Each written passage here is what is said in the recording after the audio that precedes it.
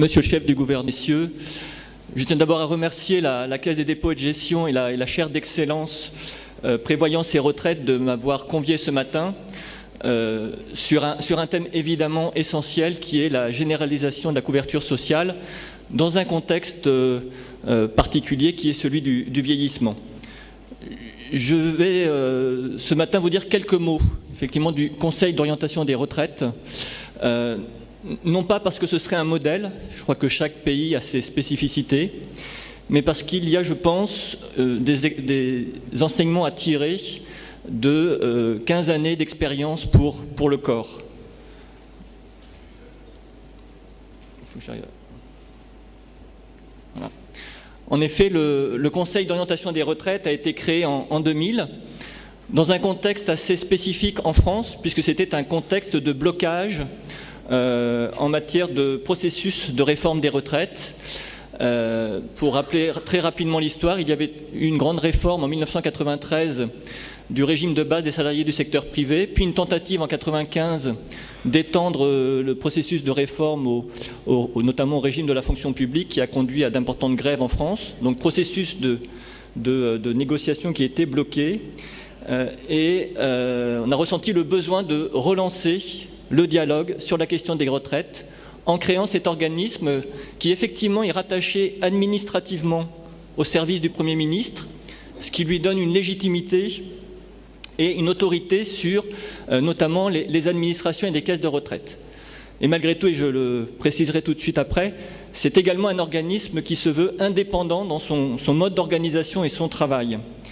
Le corps rassemble finalement l'ensemble des parties prenantes à la question des retraites en France. Vous avez ici une représentation de sa composition, 39 membres, dont 16 représentants des assurés sociaux et des employeurs, 8 représentants du Parlement, de tous bords politiques, 6 représentants de l'État, à la fois la composante, je dirais, financière, mais aussi la composante sociale, 2 représentants des familles et des retraités, 6 personnalités qualifiées, et ce conseil est présidé aujourd'hui par Pierre-Louis Bras, qui est ancien directeur de la sécurité sociale notamment.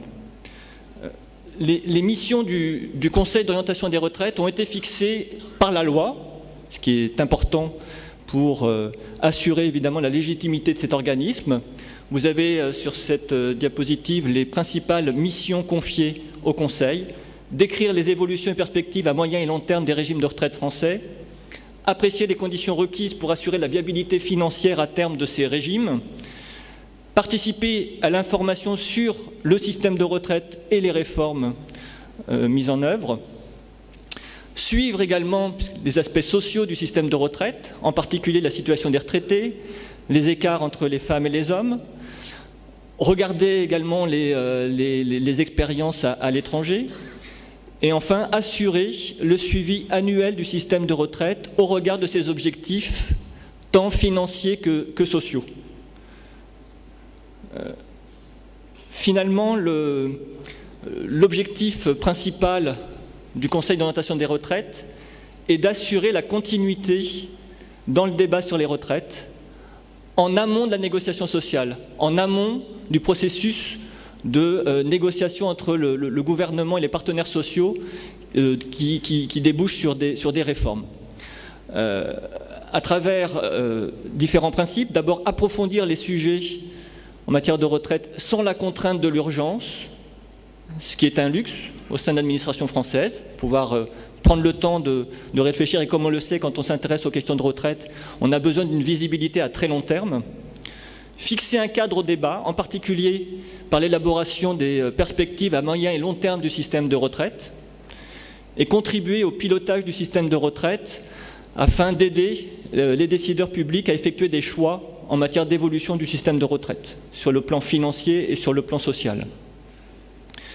Finalement, les missions du Conseil d'orientation des retraites visent à élaborer un diagnostic aussi partagé que possible sur les retraites en France, qui passe par 4 grandes composantes qui sont l'indépendance du Conseil, la régularité de ses réunions, la qualité de ses travaux, qualité technique de ses travaux et la transparence de ses travaux. Donc, je vais approfondir un tout petit peu ces 4 éléments. L'indépendance du Conseil, Je vous ai dit que c'est un conseil qui est rattaché administrativement au service du Premier ministre.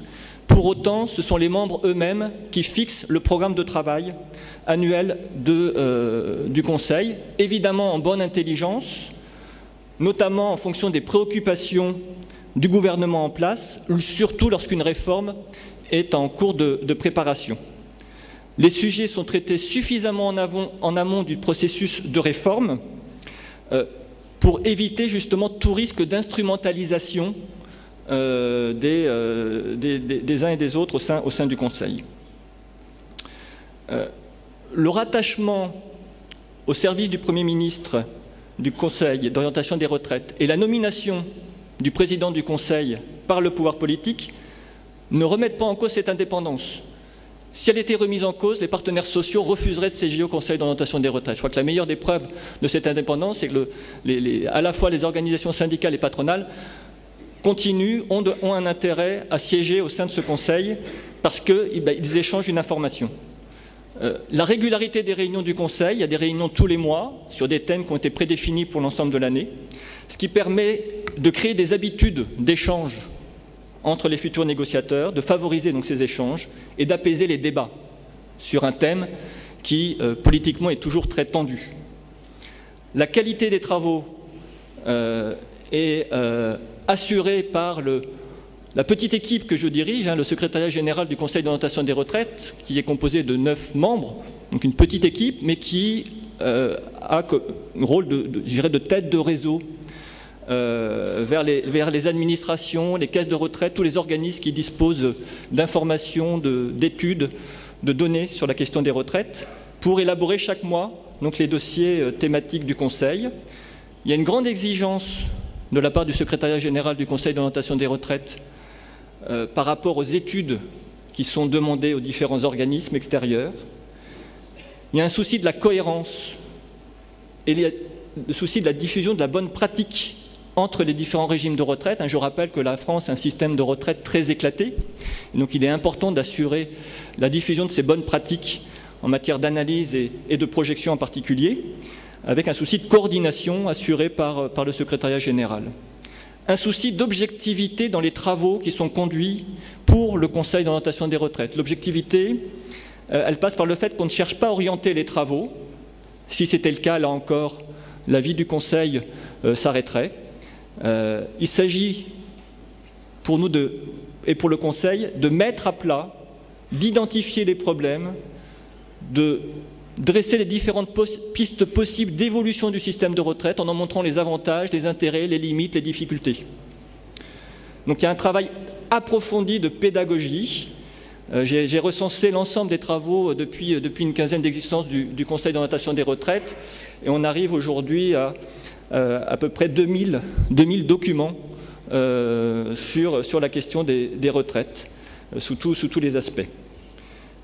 Point important également, chaque dossier qui est soumis chaque mois donc au Conseil fait systématiquement l'objet d'un examen technique avec des experts du sujet avant que ce dossier soit transmis au Conseil. Ces éléments sont très importants pour assurer, je crois, la confiance des membres dans les travaux qui leur sont présentés et pour assurer la poursuite des débats. Quatrième élément, donc la transparence des travaux du Conseil. Tous les dossiers, tous les travaux du Conseil sont mis en ligne sur le site internet du corps. Les rapports qui sont rendus publics font état des divergences de vues lorsqu'il y a des divergences de vues. C'est important de les souligner. En revanche, il n'est jamais explicité qui est d'accord, qui n'est pas d'accord.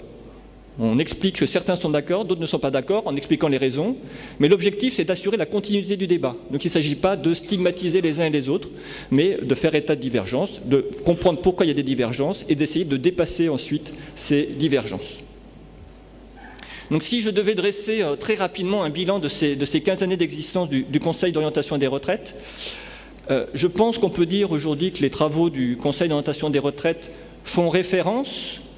Alors on peut, et il y a des débats en France sur des éléments de contestation de certains points des travaux du Conseil, mais ces travaux font malgré tout référence pour tous, pour les politiques, pour le gouvernement en particulier, pour les syndicats, pour les experts, puisque chacun s'y réfère, et ça permet d'ancrer le débat sur la question des retraites. La qualité des travaux, compte tenu du mode de fonctionnement assuré par le secrétariat général du Conseil, je pense, est largement reconnue aujourd'hui en France, même si on peut toujours faire mieux, il y a toujours des voies de progrès.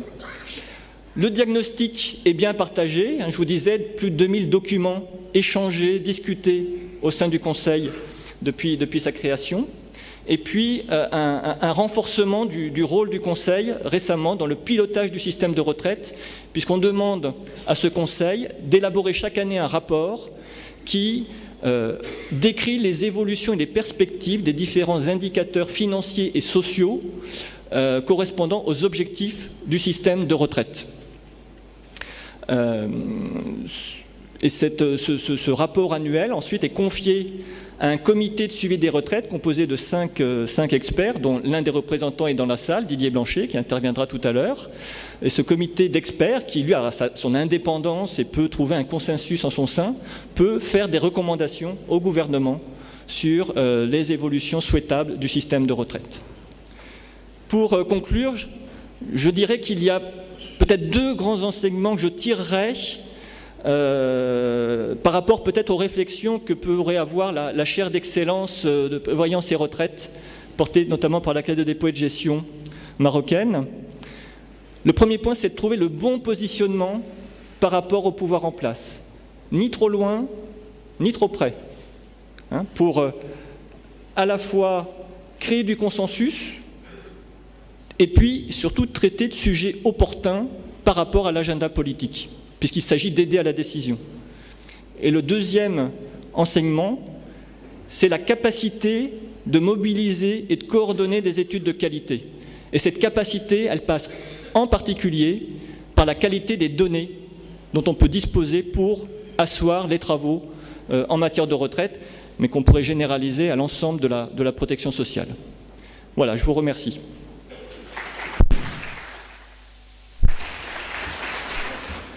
Secrétaire général donc